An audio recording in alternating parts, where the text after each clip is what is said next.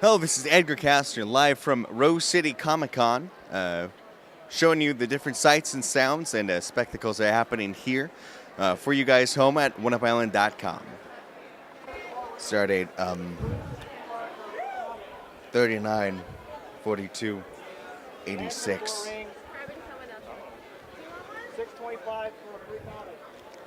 It looks like they're giving away some sort of ring to a. Ooh. I assume that these are people who are going to be sacrificed for the grand feast later on. And now we're entering the main floor. Doesn't matter, we've just got to give our initial impressions. Well, there's lots of booths and other people filming me. Various goods are being sold everywhere. Hopes and dreams.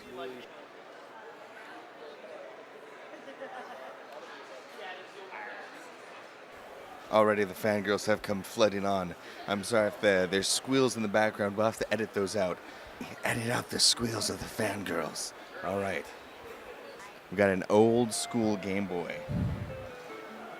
Here it is, Matthew Morandi, showing the entire world his Tetris skills. Truly, he is a maestro of the blocks. And a Vectrex. Now this I grew up. Growing up, we didn't have an NES. We were simply too poor for them.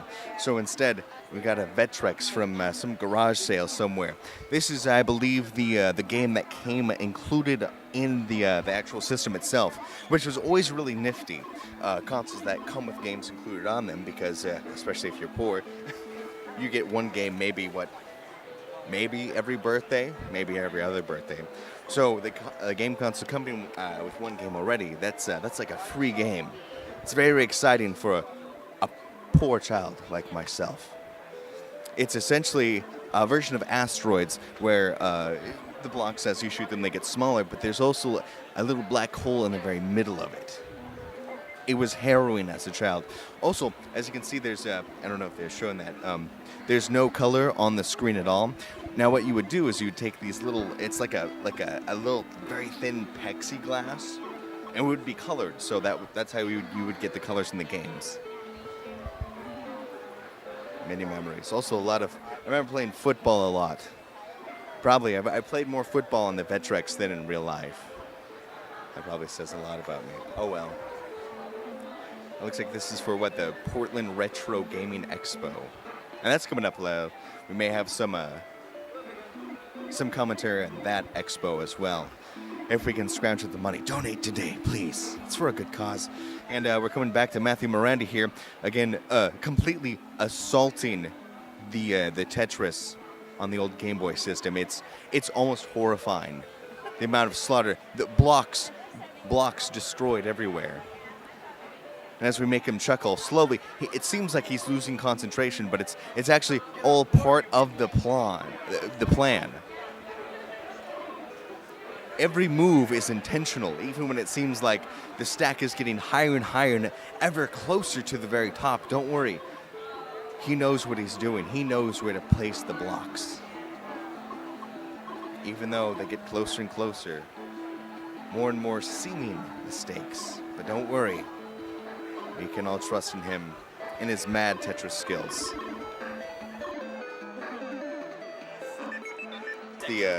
Now instead of just retro games, we've got a lot for sale. We got the arcade section of this. Do they take debit cards? Are we in the future yet? And here we have a Super Mario pinball game. So it's a pinball game based off of a video game. Give me some money. Obviously, we need to find some sort of archaic device that uses metal as a form of currency. I got it. I got that metal. And they've got Roller Coaster Tycoon, again, a pinball version of a video game that already exists. An odd combination. I wonder if are you able to construct your own roller coasters in the game? That'd be cool. Do you throw the balls? Depending on where you put the balls is how high your cost is for the roller coaster or the entrance fee. Very strange. And of course, an obligatory Star Wars. It's going on right now. Here we are. Now this is the famous Matthew Morandi. One time, More money, please. Mario obviously addicted to coins, as we all know from the games. His coin addiction only second to his superstar addiction. It got so bad at some point he was grinding them down and snorting them freebase. It doesn't work. It don't work. It doesn't work. Did you press start? No. This? Oh, this? I need time. We have 29, huh? I gotta get it going. And I assume there's some sort of mechanical Bowser that'll come up. And Matthew Morandi already losing a ball. It's the hardest one. It's the hardest level. It's on level 8. It's the hardest Mario game I've ever played. Unfortunately, the standard strategy of running to the right not working here, apparently. How confident are you in your abilities to defeat Bowser in this version of Super Mario? What? I'm busy. Get away. Back in the war fight. I wonder when he's going to get this Super Cape.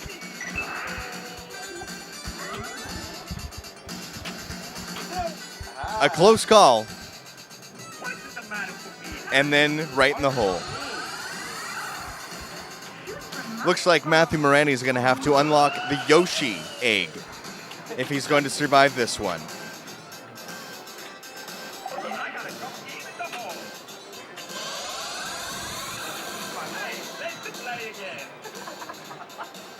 And that's it. I got a 70. So, is this the hardest Mario game that you've ever played? What? Is this the hardest Mario game that you've ever played? Hard questions, man. Well, I guess, yes. I guess there are contenders of, I'm sorry, I'm not going to feed your addiction like Princess Peach feeds Mario's addiction. It's truly awful. It's sickening, the type of enablers that we've seen in video games in recent history. And let's see. Well, we've got some true classics here. Of course, we got Tapper, which, of course, on any of the NES systems had to be changed to a root beer tapper. And as you see, the guy looks very similar to Mario, and I believe in some of them on the NES, he was literally changed to Mario, adding to the list of qualifications that Mario himself holds, as well as being plumber, a hotel runner, a construction worker, and, of course, now a root beer tapper.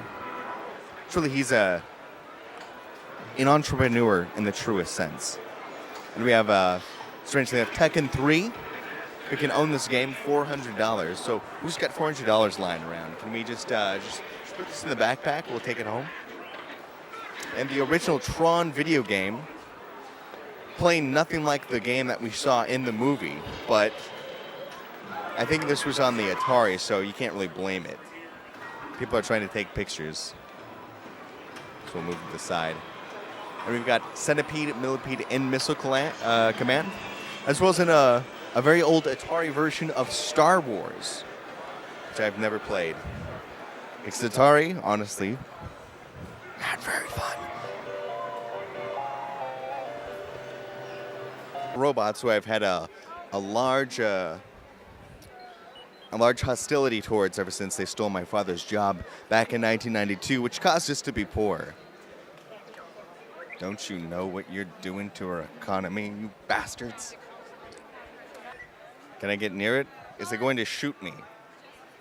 I don't know. Did R2-D2 have any sort of weapons? He had a claw arm. I remember that. A taser thing. All right. Well, I'll approach cautiously. So R2-D2, I've got to ask you, how do you feel about the tensions between the human and robots union? Wise words from a wise robot. And the ever-popular vending machine, where if you can guess the correct amount of money that's still inside your bank account, you can actually win that amount of money. Taken directly, of course, from your bank account. If you go over, you're charged a small fee, probably $25 for each $10 that you try and take out. It's a dangerous gambling sort of game. I believe it should be outlawed, but they've become more and more prolific as the years wear on. Hi guys, so my name is Edger Kastner with 1UpIsland.com. I just want to know, well, We'll ask both of you each one at a time. What attracted you to the character that you play? Part of it's just how you look. Part of being a good cosplayer is being able to embody the character that you are. So, first of all, I like Futurama. Second of all, I can kind of look like Fry. There you go. And you, King Bender. I would say originality, and I like to make things, so it worked out good both ways. Fantastic. And I take this as a given. Like, you're both fans of the show, right? Yeah, absolutely. Okay, good. All right, and thanks. We are in front of the original 1960s Batmobile. The original 1930s Batman, I don't believe even had a Batmobile at the time. It was a Bat bike, as cars were still being created at that point. Now, I don't know if this is an original. It's probably some sort of recreation, but you know what? I'm not going to be driving it anyways, so that's okay. And look at that. This is what people believed to be aerodynamic back in the 1960s. Oh, let's get in front of it here. And as you can see, an obvious inspiration for Knight Rider, as you can see by the black and red, black with red trim. Very ahead of its time. And I do not believe, I cannot see any sort of seat belts, although since it's supposed to be rocket propelled, I imagine there's some sort of something to keep them inside of there. And as you can see, it's also got some sort of alarm at the very top of it. Batman, of course, not a real cop of any sort, a vigilante, you might call him. So that police siren, of course, not followed by anyone, and wouldn't be able to stop the street lights. You know, when a cop goes by, it turns all the street lights red. Batman, unable to do that, and probably caused more than his fair share of road accidents. But it was the 1960s. People just didn't care about those things. Again, I believe before seatbelts were actually required by law to be in cars. So, as we can see here, many dreams for possibly paying for their children's college funds, their own mansion, some sort of possibly to buy the possibly the dreams of buying the Batmobile itself, all here on display during the 90s comic boom, or rather the comics, the 90s comics, as Marvel and DC tried to capitalize on the collector aspect of comic books, and released, multiple editions of this same comic book, some with regular covers, foil covers, different type of things, and that people bought them in droves, hoping that one day they could use them to pay for their kids' college education, to purchase a mansion, possibly even buying the Batmobile itself, all here on display for 50% off. That's 12 comics for $10. Not a comic for $100,000, sadly. But sometimes that's how capitalism works, folks. Right there.